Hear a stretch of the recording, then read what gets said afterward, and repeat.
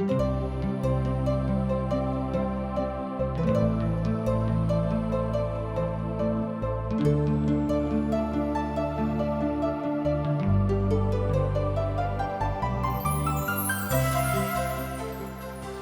सब TWR द्वारा प्रस्तुत कार्यक्रम आशक इजोत देख रहल छी।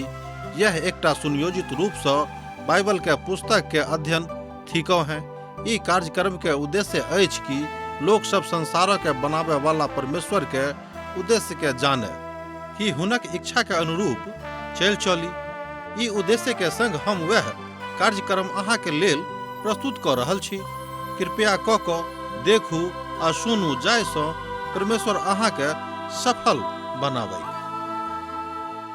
आशाक इजोत मैथिली कार्यक्रम में एक बेर और हम अहाँ के अभिनंदन प्रभु यीशु मसीह के मीठ आ पवित्र नाम में कर रहल छी। हमर श्रोता मित्र, हमर भाई बहिन, हमरा लोकन आजुक दिन सामेलक पोथी में छी। एहि पोथी के 7म अध्याय आ 8म अध्याय हमरा लोकन देखब। मुदा एहि अध्याय के जतेक मुख बात अछि, हम कोशिश करब ओहि सबटाक ऊपर अहाँक संगे बातचीत करी, जेना पिता परमेश्वरक आत्मा हमर अगुवाई करता है। 20 बरखक बाद, ध्यान दियोक, 20 बरखक बाद इजरायली सब बाचाक संदूकक स्वीकार करबाक हेतु तैयार भेला है। एकर अर्थ यह भेलै कि इस्राएली सभक मन में ग्लानि भेलनि कि हमरा सब प्रभु के छोड़ि देने छियनि। जे व्यवस्था हमरा सबके देवल गेल छल तकरा ऊपर हमरा लोग नहीं चल रहल छी। एहि बात से इस्राएली सभक मन में ग्लानि आबि गेलनि।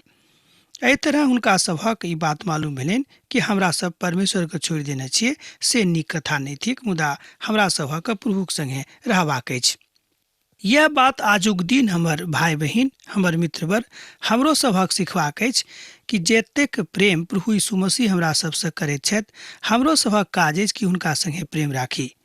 तहन एहिठाम हमरा लोकनि देखैत छी कि तहन कार्य तैयारी मौकाक लोग जाकर संदूकक उठौलथि और अभिनादानक मुकाम में जेकर टीला पर रहे या बनल रहे जाकर रखलाहा।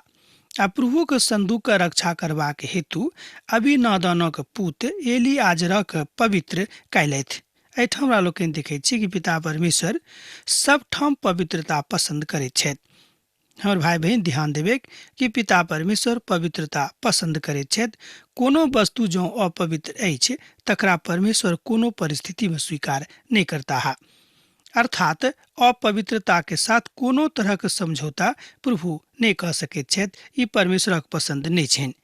एहि बातक अहाँ पहिल सामेलक पोथी तकर 7म अध्याय के 1 पद में देख सकैत छी।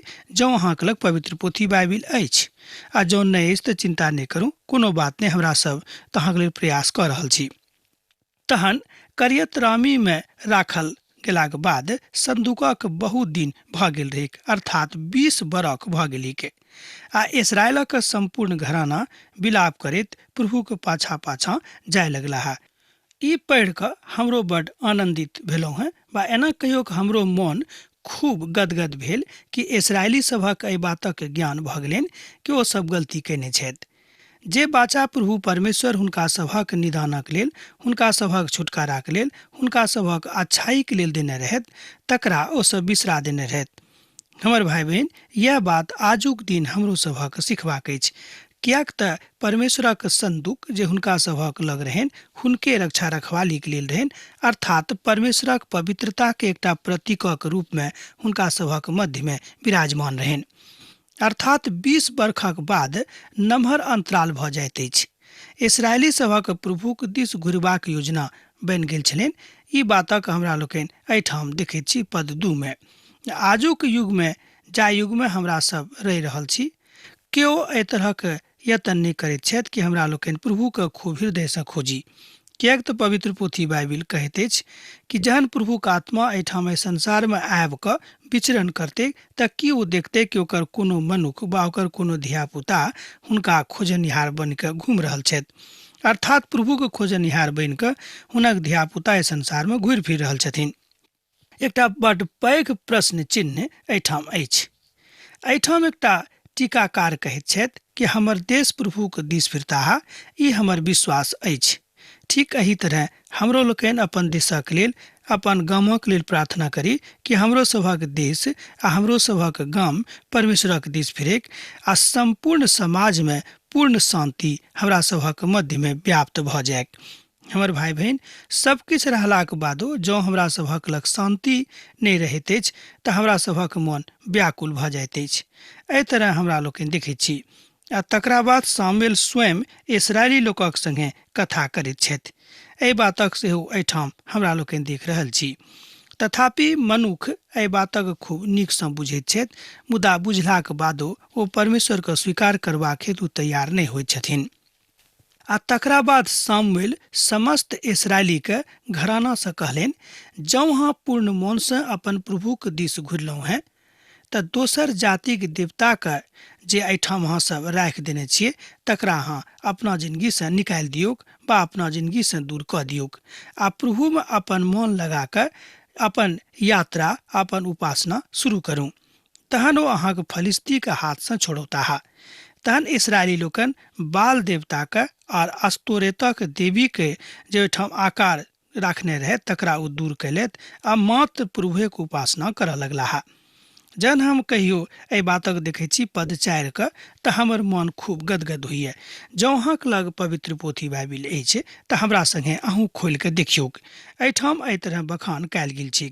तहन इस्राएली लोकनि बाल देवता के आर अस्तोरेतक देवी के आकार के दूर कैलथि आ मात्र प्रभुए के उपासना करऽ लगलाहा। हमर भाई बहन, आजुक दिन हमरो सभक या करबाक अछि कि हमरा सब परमेश्वरे टा के उपासना करी, आराधना करी आ हुनके से नेह राखी।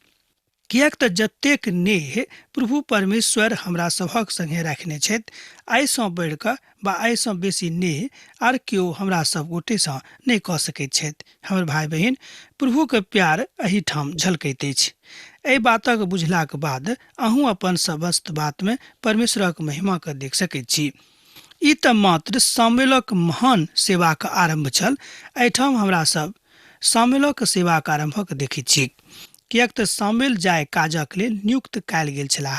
जाय काजक लेल प्रभु परमेश्वर हुनका नियुक्त कयने रहथि। अखन ओ अपन सेवाक आरंभ कऽ रहल छथि। इस्राएली लोकनि एहिठाम कहियो कि आकारक आराधना में बहुत गहीर धरि चलि गेल छलाह। एहिठाम हमरा लोकनि देखैत छी कि कोनो देवी देवताक आकार बना कऽ ओ सब तकर आराधना में अतेक गहराई धरि चलि गेल छलाह जे काज इस्राएली के नहि करबाक चाही। किएक तो परमेश्वरक चुनायल लोक छलाह आ चुनायलक ई काज नहि छनि। अब ओ सब सच्चा आ जीवित परमेश्वरक दिस फिर गेलाह। इस्राएली सब बहुत लड़ाई में मारल गेल सेहो छलाह। एहिमे संदेह नहि थिक आ हारल सेहो गेल छलाह। मुदा एना कहियो कि एहन बहुत बेर लड़ाई भेलनि जाहिमे इस्राएली सभक हार भऽ गेल रहनि। किएक तऽ ओ सब परमेश्वरक दिससँ फिर गेल छलाह आ प्रभु के छोड़ि कऽ दोसर देवी देवता के फेरा में लागल छलाह। ई बातक सुनि कऽ अहाँ तमसायब नहि। अहाँ ई नहीं बुझबे कि हम कोनो अनर्गल बात बाजि रहल छी। एहिठाम प्रभु यीशु मसीह के प्रेम में हम ओहि बातक अहाँके बता रहल छी कि मनुख अपना मन से अपना रीति से देवी देवता के गढ़ि के बना लैत छथि जे काज नीक नहीं थिक। हमर भाई बहन, मनुख कहियो परमेश्वर के नहीं बना सकैत छथि। परमेश्वर स्वयं साक्षात्कार छथि, हुनका के केओ बना सकैत अछि। तहन कोनो परमेश्वरक आकार दऽ कऽ जहन हमरा लोकनि आराधना करैत छी तऽ ई बात परमेश्वर के नीक नहीं लागैत छनि। जँ अहाँ अपन हृदयक ऊपर हाथ राखि कऽ एहि बातक ऊपर विचार करबेक तऽ अहूँ कहबेक ने भाई हमर ठीक बाजि रहल छथिन। एहिठाम परमेश्वरक वचनक दिससँ हम ई बात बाजैत छी। हम कोनो अपना दिससँ नहि बा कोनो अपन ज्ञान बुद्धिसँ नहि, प्रभुक जे वचन अछि तकरा हम अहाँक लग पहुँचा रहल छी। हुनका सभक आ परमेश्वरक वचनक केबाड़ दऽ कऽ परमेश्वरक शरण में आबैक रहनि। हमर भाई बहन, जो हमरो सब परमेश्वरक शरण में आ केबाड़ दऽ कऽ जायब जे केबाड़ परमेश्वर हमरा सभक लेल खोजि कऽ राखने छथि, तहन हमरो सभक पवित्र आत्मा भेटत आ परमेश्वरक महिमा में आ हुनक प्यार में हमरो सब अपन अपन जिंदगी के बिता सकब। हमर भाई बहन, जतेक काल धरि हमरा सब एहि संसार में छी ओतेक काल धरि हमरा सब गोटे के ई काज करबाक अछि। मुदा हमरा सब एहिठाम देखैत छी कि प्रार्थना के साथ सामुएल अपन सेवकाई के आरंभ कऽ रहल छथिन। आ पुनः सामुएल कहलनि सब इस्राएली के मिस्सा में जौर करूं और हम अहाँक लेल प्रभु से प्रार्थना करब। एहिठाम देखियो कि सामुएल जहन अपन सेवकाई के आरंभ करे छथि तऽ सबसे पहिने ओ प्रार्थना कर रहल छथि। कनि ध्यान देबै कि अपन सेवकाई के आरंभ में सामुएल पिता परमेश्वर से अपन आराध्य देव से प्रार्थना कर रहल छथि, अपन सृष्टिकर्ता से गुहार कर रहल छथिन। ओ कहै छथि कि सबके मिस्पा में जोर करूं आर हम अहाँ सभक लेल प्रार्थना करब। तकरा बाद ओ सब मिस्पा में जोर भेलाह आ जल भर के प्रभु के सन्मुख में ओहिठाम ओ हेरा देलनि। ओ दिन ओ सब उपवास कैलथि और ओतऽ बाजा लगलाह, हमरा सब प्रभु के नजर में पाप कैलहुँ हैं। और सामुएल मिस्पा में इसराइली के ऊपर शासक करऽ लगलाह। एहि तरह हमरा लोकनि 5 पद आ 6 पद में देखै छी जे ओहिठाम इसराइली सभक अपना ऊपर ग्लानि भेलनि कि जे काज ओ कयने छथि ओ परमेश्वरक दिससँ नहि अछि, मुदा ओ मनुखक दिससँ अछि। विशेष रूपे अहाँ बाजि सकैत छी जे शैतानक दिससँ अछि। शैतान हुनका सभक मनक फिरा देने रहनि आ प्रभुके दिससँ कतहु दोसर ठाम लऽ गेल छलाह, अर्थात अपना दिस लऽ गेल रहनि। तहन एहिठाम हमरा लोकनि देखैत छी कि इसराइलीके एहि बातक ज्ञान भऽ गेलनि कि हमरा सब जे कऽ रहल छी उचित नहि अछि। तैँ ओ सब एहिठाम आबि कऽ मिस्पा में जोर भेलाह आ प्रभुक लेल आराधना करबाक हेतु सम्मिलित भेलाह। आ जेना सामुएल हुनका कहलनि, सामुएलक अगुवाई के ओ सब स्वीकार कऽ लेलथि आ कहलनि कि नहि, हमरा सब अहींके अगुवाई में परमेश्वरक आराधना करब। ई बात सुनि कऽ हमरो मन खूब गदगद होइत अछि। हमर भाई बहन, जहन हमरा लोकनि परमेश्वरक लोकक अगुवाई के स्वीकार करैत छी तहने हमरा सब प्रभु के बुझि सकैत छी, अन्यथा हमरा सब प्रभु कहियो नहि बुझि सकलहुँ हैं। किएक तऽ अनेरे परमेश्वर अतेक सस्ता वस्तु नहि थिकाह कि हमरा सब बाजार में जायब आ हुनका मोल लऽ कऽ लऽ अनबनि। ई बात नहि अछि, मुदा हाँ, ई बात सत्यक थिक कि प्रभु हमरा सबसँ प्रेम करैत छथि, तैँ ओ चाहैत छथि कि अहूँ खूब नीकसँ प्रभुक संगे रहू। सामुएल मात्र इसराइली के भविष्यवक्ता नहि, मुदा ओ आह्लादित जकाँ परमेश्वरक एकटा न्यायिक रूप में सेहो छथि। एहिठाम हमरा लोकनि देखैत छी कि पिता परमेश्वर हुनका मात्र इजरायली के अगुवाक रूप में नहि, मुदा इजरायली के न्यायिक रूप में सेहो नियुक्त करैत छथिन। एहिठाम हमरा सब देखैत छी जे इजरायली सब मिथ्याक देवता सँ मन फिरा कऽ सत्यक देवताक दिस मन लगौलथि। आरंभ में एहि तरहक बातक एहिठाम होइत देखैत छी जे बड्ड नीक कथा अछि। आब हुनका सभक एहि बातक ज्ञान भऽ गेलनि जे सत्यक परमेश्वरक, सच्चाईक परमेश्वरक कतेक महानता छनि, अर्थात हुनक कतेक शक्ति छनि। एहि बातक हुनका सभक मन में ज्ञान आबि गेलनि। एना तऽ इसराइली सभक एहि बातक जानकारी रहनि, मुदा शैतान हुनक मनक फेर कऽ दोसर दिन लऽ गेल छलाह। प्रभु हमरा सभक अपन पवित्र लहू से छुएत छथि, अर्थात खरीदने छथि। तैँ हुनके सोनीतक कारणे हमरा लोकनि पवित्र आत्मा के प्राप्त कऽ कऽ परमेश्वरक महिमा में आबि सकैत छी। हमर भाई बहिन, जहन पवित्र लोहू से हमरा सब खरीदल गेल छी तऽ कियाक हमरा सब प्रभु के छोड़ि कऽ एम्हर उम्हर जाइत छी। सूली पर अतेक महग सोनित प्रभु यीशु मसीह हमरा सभक लेल बहौलथि, जाहिसँ अहाँके उद्धार हुएक आ संपूर्ण मनुष्य जाति में परमेश्वरक अपार शांति निवास करेक। यह बातक एहिठाम बतायल गेल छै, जाहि बातक सामुएल अपन भाषा में कहैत छथिन। किएक तऽ सामुएलक काल में प्रभु यीशु मसीह के आगमन नहि भेल रहनि, अर्थात हुनक दैहिक रूपे एहि संसार में उपस्थिति नहि भेल रहनि। हमर भाई बहन, मुदा प्रभु यीशु मसीह स्वयं परमेश्वर छथि, तहन हुनक उपस्थिति एहन अहाँ बाजि सकैत छी कि कहियो नहि रहै, से हमरा लोकनि नहि बाजि सकैत छी। मुदा दैहिक रूपे ओ एहि संसार में देही धारणक अवस्था में नहि छलाह। सोझ गप अहाँ एहि तरह बुझि सकैत छी। पहिल यूहन्नाक पोथी तकर 1 अध्यायक 9 पद में एहि कथाक उद्घोषणा कयल गेल छै। जँ अहाँक लग पवित्र पोथी बाइबिल अछि तऽ अहाँ देख सकैत छी पहिल अध्याय के 9 पद में पहिल यूहन्नाक पोथी में एहि बातक खूब स्पष्टता के साथ घोषणा कयल गेल छै कि परमेश्वर अपन सोनित बहा कऽ मनुष्य जाति के मोल लेने छथि। आ दोसर ठाम बतायल गेल छै कि परमेश्वरक सोनित अर्थात प्रभु यीशु मसीह के सोनित मनुष्य जाति के हुनक पाप सँ छोड़ा सकैत छथि, अर्थात परमेश्वरक सोनित में एहि बातक सामर्थ्य छनि। तहन इसराइली सैनिक मिस्पा सँ निकलि कऽ फलिस्ती के खदेड़लाह और हुनका ओहिठाम सँ लऽ गेलनि, नीचाँ धरि मारैत चलि गेलाह। तऽ एहि तरह के अहाँ बातक देखै छी एहि पोथी में 7 अध्याय में देख रहल छी, जकर 11 पद में परमेश्वर इसराइली के महान विजय दिलाहा आ तहन हुनका सभक बहुत दिनक बाद एहि बातक मालूम भेलनि कि इसराइली के प्रभु कतेक महान आ कतेक शक्तिमान छथि आ ओ सब हुनका छोड़ि कऽ दोसर दिस चलि गेल छलाह, जे हुनका सभक एकटा महान आ महानतम गलती में सँ एक गलती रहनि। मुदा एहि बातक हुनका एहसास भेलनि कि ओ सब गलती केने छथि, तैँ परमेश्वर हुनका माफ कऽ देलनि आ शामिलक रूप में हुनका एकटा अगुआ दऽ देलनि, जे हुनक अगुवाई में ओ परमेश्वरसँ प्रार्थना करैत रहे। एहि तरह मिस्पासँ हमरा लोकनि देखैत छी कि ओ सब आगाँ बढ़ैत छथि आ फलिस्तीके ओ सब मारैत पीटैत आगाँ अर्थात खदेड़ कऽ भगा दैत छथि।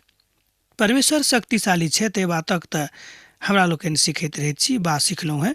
मुदा फलिस्ती के ऊपर इसराइली के महान विजय प्राप्त भऽ गेलनि।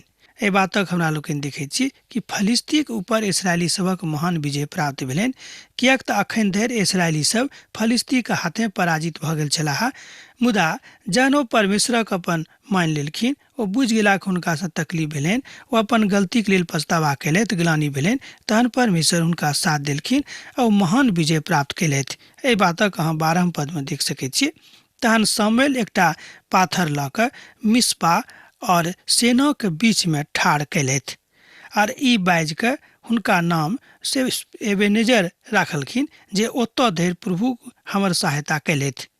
एहि बातक एहिठाम 12 पद में बतायल गेल छै, जँ अहाँक लग पवित्र पोथी बाइबिल अछि तऽ हमरा संगे अहूँ खोलि कऽ देखियौ।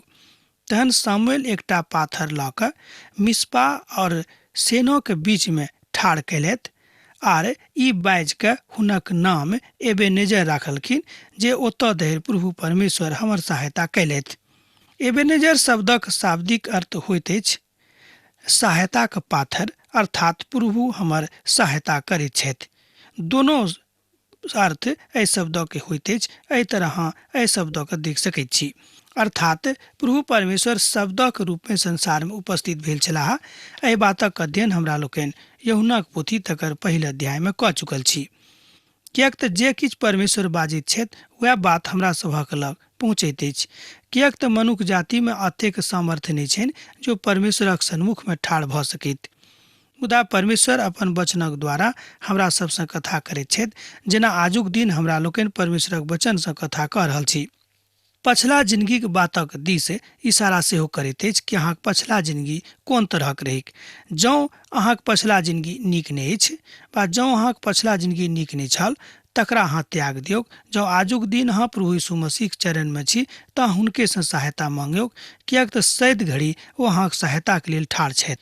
अर्थात एहि अध्याय में यह बतायल गेल अछि जे सामुएल भविष्यवक्ता आ न्यायी दुनू थिकाह। हमरा लोकनि एहिठाम देखैत छी कि प्रभु परमेश्वर सामुएल का भविष्यवक्ता आ न्यायी दुनों के रूप में एहिठाम प्रस्तुत केने छथिन। अर्थात सामुएल अपन काज में खूब सच्चाई के साथ, खूब ईमानदारी के साथ आ खूब यहू से बढ़ कऽ पवित्रता के साथ प्रभुक संगे छथि, तैं प्रभु परमेश्वर हुनका एहि तरहक बात देलनि, अर्थात एतेक अधिकार दऽ देलनि। एहि तरह हमरा लोकनि एहिठाम 7 अध्यायक समापनक देखैत छी। मुदा 8 अध्याय में हमरा लोकनि देखैत छी जे इस्राएली राष्ट्र में राजा के प्रभाव बढ़ैत अछि। होशेक पोथी तकर 13 अध्याय आ तकर 11 पद में एहि बातक विषय में बहुत किछु बतायल गेल छै। एहिठाम बतायल गेल छै जे विषय हमरा लोकनि एहिठाम देखैत छी पहिल आ दोसर सामुएलक पोथी में। सामुएलक एकटा महान शासक छलाह सेहो एहिठाम बतायल गेल छै। सामुएलक अंदर एकटा महान शासक होयबाक गुण रहनि सेहो पवित्र पोथी बाइबिल एहि पोथी में बतायल गेल अछि। तैं पहिल सामुएलक पोथी आ दोसर सामुएलक पोथी के हमरा लोकनि इस्राएली के राजा के इतिहासक पोथी कहैत छी। ई बात विद्वान सब सेहो मानैत छथि। ओ एकटा महान वक्ता सेहो छलाह। एहि बातक विषय में सेहो एहि पोथी हमरा लोकनि दर्शन देखैत छी। मुदा ध्यान दियौक, प्रभु कोना हुनका एहि सबटा बातक ज्ञान दऽ देलनि, किएक तऽ हमरा लोकनि पहिल पदक जँ देखबै तऽ पाएब कि प्रभुक संगे ओ रहैवला मनुष्य छलाह, तैं पिता परमेश्वर हुनका एतेक आदर दऽ देलनि। यह आदर हमरो सभक सिखबाक अछि। आजुक संदर्भ में पिता परमेश्वरक महिमा अहूँक लग अछि। जहन सामुएल वृद्ध भऽ गेलाह तहन ओ अपन बेटाके इस्राएलीक ऊपर शासक नियुक्त कऽ देलनि। एहि बातक अहाँ एही अध्याय के 1 पद में देख सकै छी, जँ अहाँक लग पवित्र पोथी बाइबिल अछि तऽ हमरा संगे अहूँ देखियौ। जहन सामुएल वृद्ध भऽ गेलाह तहन ओ अपन बेटाके इस्राएली के ऊपर शासक नियुक्त कऽ देलनि।